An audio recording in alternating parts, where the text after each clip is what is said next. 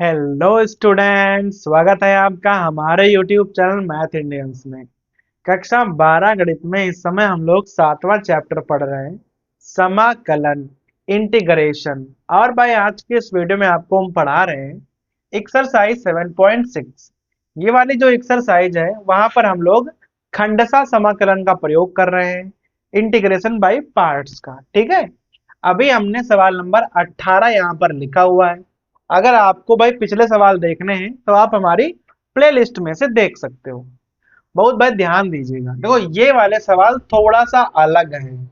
इसके पहले के जो दो सवाल थे, सवाल नंबर 16 और सवाल नंबर 17, वो भाई बिल्कुल इसके ही जैसे थे। ठीक है, अब देखना ये किस प्रकार से अलग है। पहले तो इसे आप आई बराबर करके लिख लो। e की पावर x यहाँ हो जाएगा 1 प्लस साइन एक्स, और यहाँ 1 प्लस कॉस एक्स, और भाई बाहर आप dx लगा दो इस प्रकार से, और यहाँ इंटीग्रेशन लगा दो।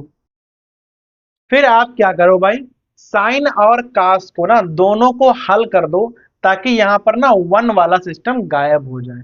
तो कैसे गायब करोगे देखना, आई बराबर e की पावर x को तो ऐसे ही लिखे रहो। देखो 1 प्लस जो हमारा साइन x है उसे आप चाहो तो 2 sine x upon 2 cos x upon 2 भी लिख सकते हो। 1 प्लस कॉस एक्स को देखो कॉस वाला फार्मूला खोल दो इस प्रकार से, तो -1 आ जाएगा।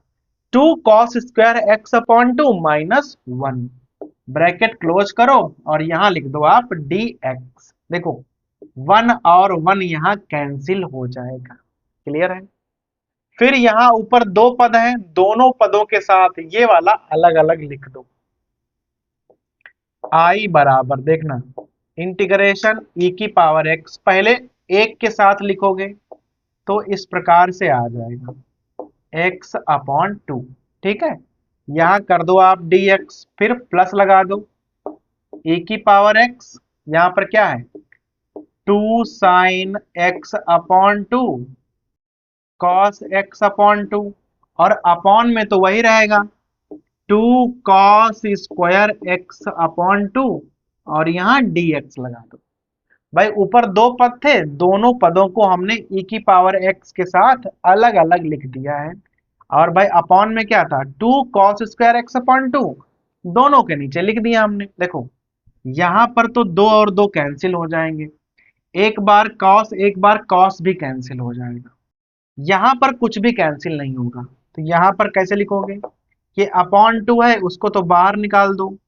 अब देखो बचेगा क्या, e की पावर है, अपॉन में कॉस स्क्वायर है तो उसे आप बहुत आराम से सेक स्क्वायर लिख सकते हो dx ऐसे करके। सेम यहाँ पर e की पावर x, ऊपर साइन हाफ एक्स है नीचे कॉस हाफ एक्स है, तो बन जाएगा tan x अपॉन 2 dx। अब देखो ये हमारा मेन सवाल बन गया। यहां पर आपको देखो दो बातें पता है, सेक स्क्वायर का समाकलन tan होता है, tan का अवकलन सेक स्क्वायर होता है। ठीक है, तो आप क्या करोगे भाई, अगर आप मान लो यहां पर करना चाहो, यहां पर करना चाहोगे तो ये वाला हमारा पहला हो जाएगा, ये हमारा दूसरा हो जाएगा। इसे आप I1 मानोगे, इसे आप मान लोगे I2, क्योंकि आइलेट में पहले ये आता है ये बाद में आता है। इसको आपको ऐसे ही उतारना है, यहाँ पर हम खंडसा का यूज करने वाले हैं, तो पहले आप इसे ऐसे ही उतार लो। देखो 1/2 e की power x into sec square half x dx।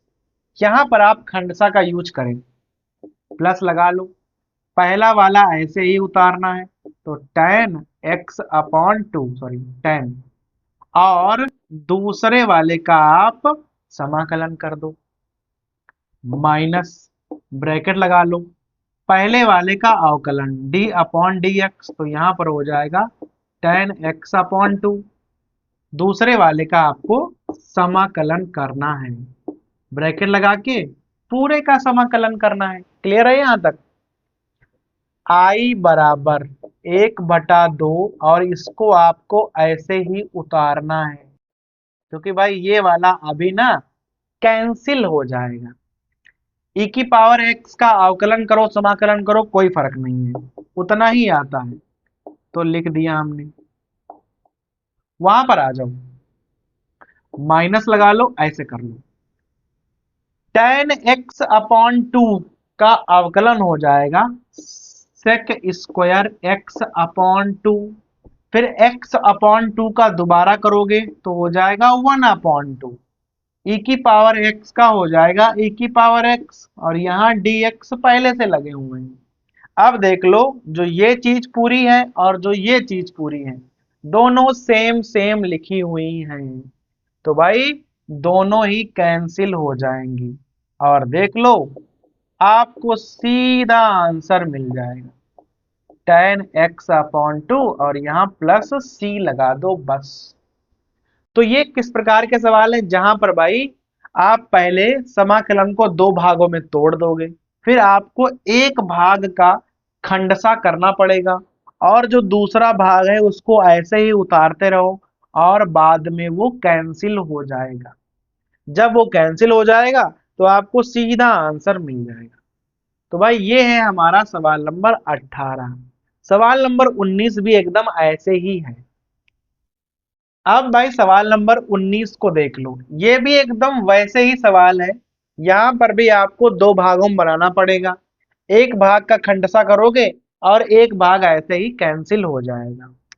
सबसे पहले आई में लिख लो, आई बराबर संख्याओं को वैसे ही उतार दो पहले तो, ठीक है, और यहाँ dx लगाकर लिख लो। फिर आप दोनों को ना अलग अलग करके लिख लो। तो आई बराबर यहाँ क्या हो जाएगा, e की पावर x, यहाँ अपॉन x dx, और यहाँ हो जाएगा e की power x upon x square dx। देखो, जैसे ही यहाँ दो भाग हो गए, आप समझ जाओ कि आपको केवल एक भाग का ही करना है, एक का तो ऐसे ही हो जाएगा। तो हम इसका करने वाले हैं, और ये वाला देखना ऐसे ही कैंसिल हो जाएगा। करो भाई। देखो यहाँ पर ना दो फलन है, ध्यान देना, यहाँ पर दो फलन है। कौन कौन से हैं, e की पावर x है और 1 अपॉन x है। तो e की पावर x आइलेट में सबसे आखिरी में आता है, तो ये I2 हो जाएगा और ये वाला I1 हो जाएगा, जो कि हम यहाँ पर यूज करने वाले हैं। इसको ऐसे ही उतारते रहेंगे, ध्यान दीजिएगा। I बराबर, देखो पहला फलन ऐसे ही उतारो, दूसरे वाले का समाकलन कर दो, माइनस इंटीग्रेशन एक ब्रैकेट लगा लो, पहले वाले का अवकलन और दूसरे वाले का समाकलन, फिर पूरे का समाकलन, और इस वाले को ऐसे ही वहां उतार कर लिख दो, माइनस e की power x dx upon x square. लिख दिया पूरा। थोड़ा सा हल कर लो। I बराबर e की पावर x का अवकलन हो समाकलन हो, सब कुछ e की पावर x ही होता है, माइनस यहां पर ध्यान देना 1 अपॉन x का अवकलन क्या होगा। हमने आपको भाई पहले ही बताया था, अगर आपको 1 अपॉन x का कहीं पर अवकलन करना पड़े तो आप सीधा उसका लिख सकते हो -1 अपॉन x स्क्वायर।